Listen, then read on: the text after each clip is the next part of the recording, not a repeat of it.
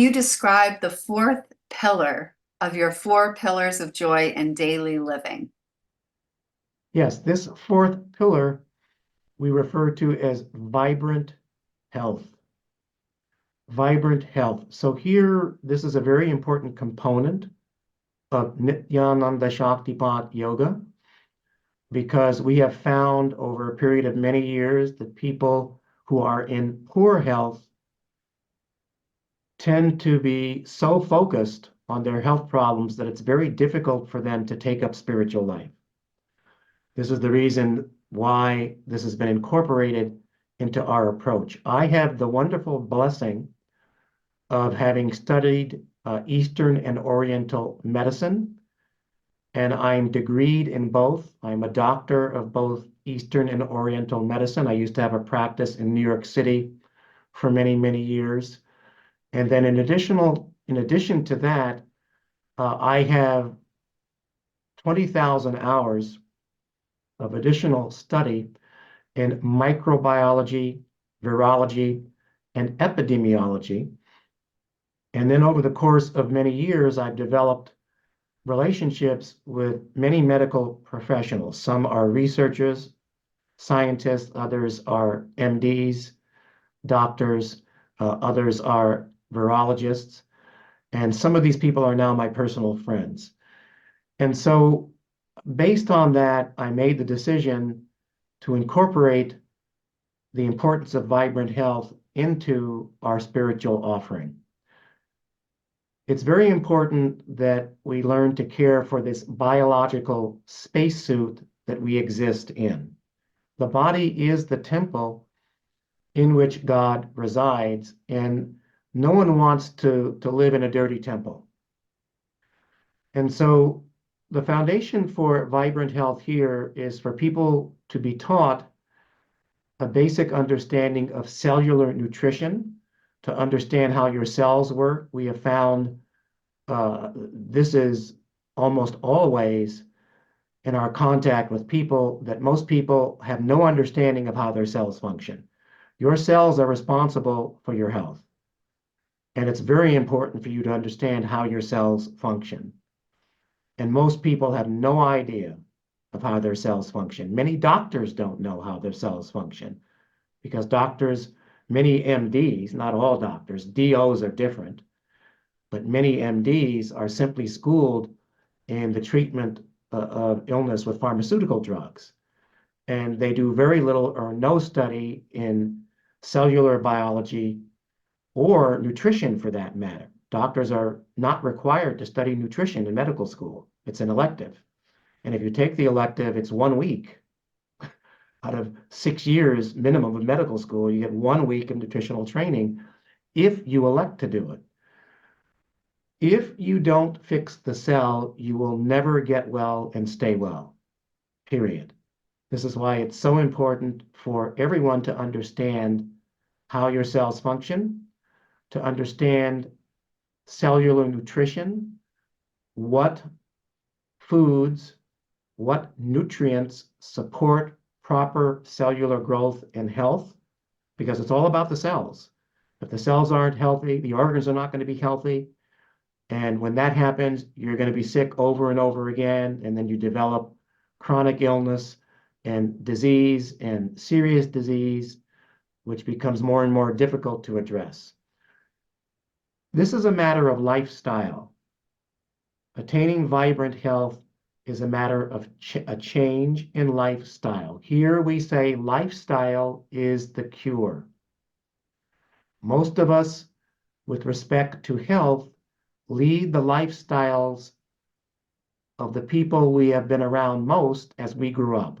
That's typically our parents and other authority figures. Most people I ask, what's your diet? They tell me their diet. I ask, why are you eating that diet? And they say, well, I don't know. This is the answer I get. And then I say, well, could it be because that was the diet of your parents? Oh, yeah, that's why I eat that diet. That's because that's what they ate and that's what they taught me to eat. Most diseases are not genetic.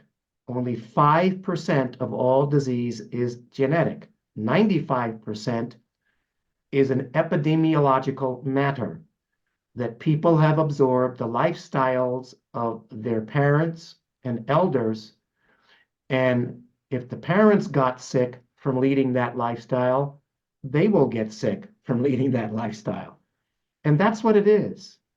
This is a matter of epigenetics. It has nothing to do with genetics and your being genetically prone to illness or disease. Again, that's only 5%. That's very few people. Most disease and illness is lifestyle.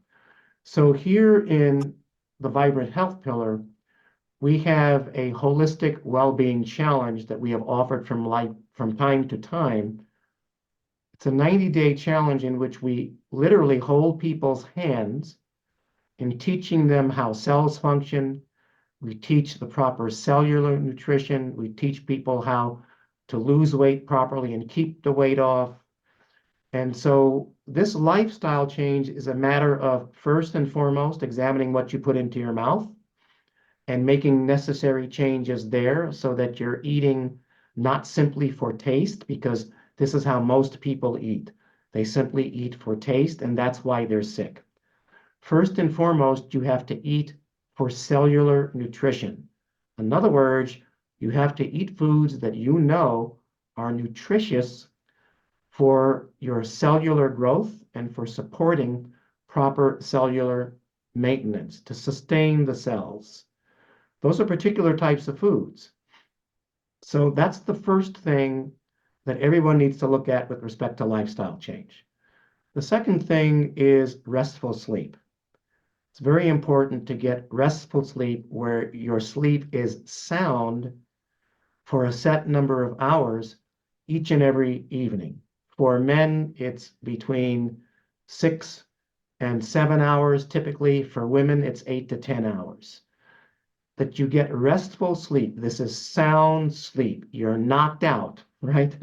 Until it's time for you to wake up. So that's very important.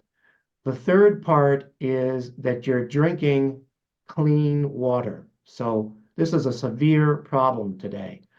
Most cities and even smaller municipalities have problems with their water treatment. In addition to that, there's the piping. So for example, I live in Youngstown. I've been to the water treatment facility here. I've also been on site when there are main breaks or they're repairing water pipes. When you look at these pipes, they're filled with disgusting gook, dirt. It's incredible.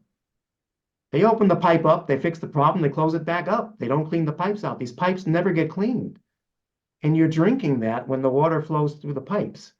So the water here in Youngstown is not very pure, so I drink distilled water, which is the purest water you can drink, by the way. Distilled is the best water you can drink. Some people will say, well, what about getting nutrients? Well, you can get the nutrients from your food and from supplements. You don't have to worry about getting them from the water you drink. But distilled water is purer than spring water. And what many people don't know, that there are many scandals around spring water. Great Bear was sued right, left, and center 10 years ago because the springs that they said they got their spring water from, apparently they didn't think that someone was going to actually drive to the spring to see if it was there. People drove to the spring and the spring was dried up. And when they asked people who lived in these towns, how long has this spring been dried for? The people said, oh, that spring dried up 50 years ago. So Great Bear lied about where they were getting the spring water from. What they were doing is bottling tap water that they had filtered. Most spring water is filtered tap. If you're going to drink spring water, you better have gone and looked at the spring to make sure that it's there. If you're going to drink spring water, you better go and take a tour of the facility where the water is bottled. Because these people, they do whatever they want. They don't care. And again, most spring water is bottled, filtered tap. Most of it. Nestle's, huge lawsuit. They were selling their spring water for years. They finally were forced to admit in court that it was filtered tap. So now if you look, when you go and buy Nestle's water, bottled water, it says, they were forced to put on the label, it says filtered tap water. Whose tap? Whose tap did they get the water from? You don't know. So this is why I say distilled water is the best. That's the only water I drink. I get it from the supermarket. Uh, there's a supermarket here where they have a machine where they distill water in the supermarket. They let you go and look at the equipment that they're using.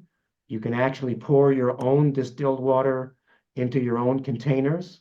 Mayor, it's called. This is a great supermarket that opened here recently, where if you really want to look at what you're getting, they distill their water on site in the supermarkets every week. So pure water. And then fourth, also important, is exercise.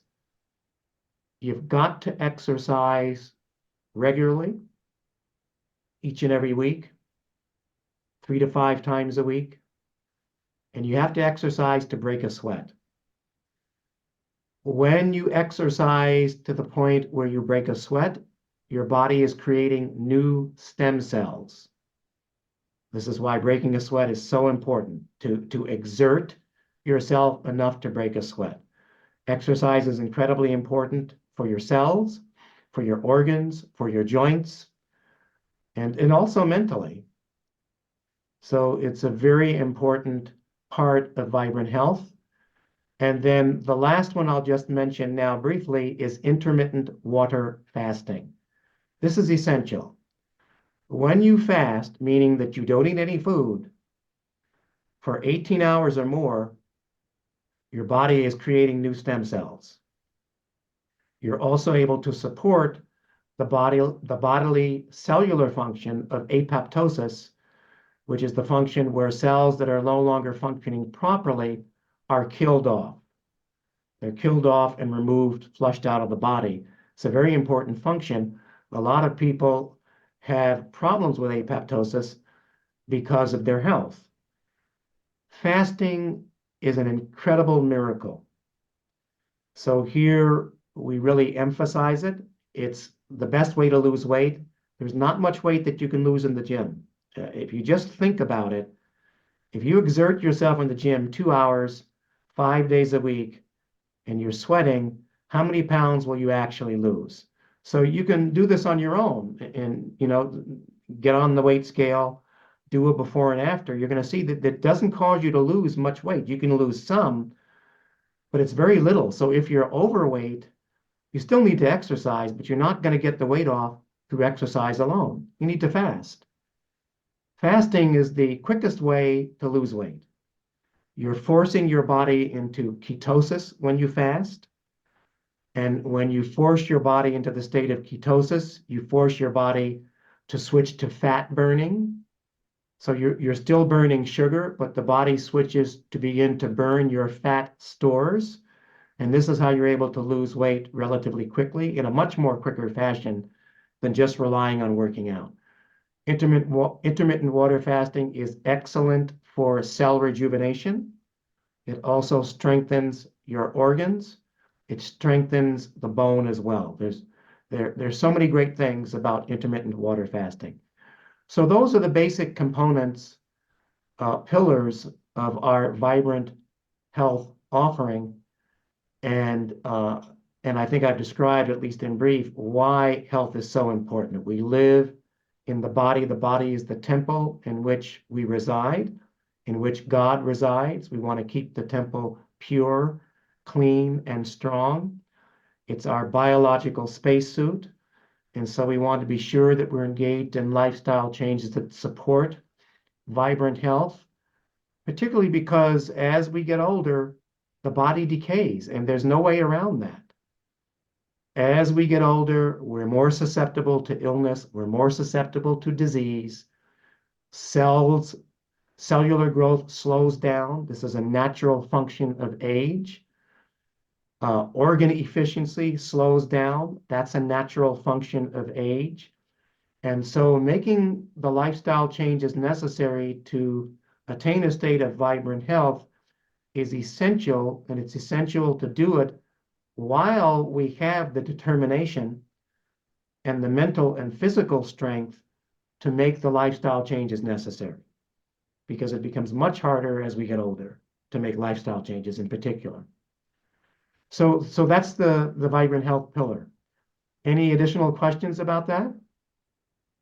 Yes. Does having vibrant health mean that you are spiritually healthy, or does a lack of vibrant health mean that you are spiritually unhealthy? Well, this is a very good question, so I'm glad you asked. There are many people who have great health. I meet many of them in the gym that I work out in. They have exceptional health. Some of them are older, but they've been working out since they were teenagers. They have exceptional health. They eat well. They're spiritually ignorant. So great health alone is no indication of spirituality and does not guarantee any form of spiritual attainment. None. For spiritual attainment, you need to be treading a spiritual path that includes spiritual practices that you can engage in. And if you and there are a lot of paths where there are no gurus, but there's still spiritual paths where certain practices are taught, including meditation. Those are good. You can begin to engage in those right away to begin to experience some form of spiritual attainment. You cannot experience permanent spiritual attainment. You cannot experience permanent spiritual growth without a guru. You need spiritual leadership in a guru who is already self-realized, already God-realized, and preferably with a guru who is a Shaktipat guru, because Shaktipat is the easy means. The transmission of this grace-bestowing power catapults one into the journey to permanent spiritual transformation. That journey becomes far easier than if you're attempting to do it on your own without grace. Grace is the central ingredient for permanent spiritual transformation and liberation. Now, having said that, you can be sick and still be on a spiritual path. You can still attain permanent spiritual transformation and also liberation, even when the body is sick. We know this because there have been Siddha gurus who have suffered physical illness throughout their lives. But that was not a deterrent to them attaining liberation, and was not a deterrent to their being able to lead others on the path to permanent spiritual transformation and liberation. So I would say, given these facts, if a person had to choose between pursuing a path that is just focused on improving health or pursuing a spiritual path, I would say start with the spiritual path. Make that your highest priority, particularly because here we include vibrant health as a component of the path.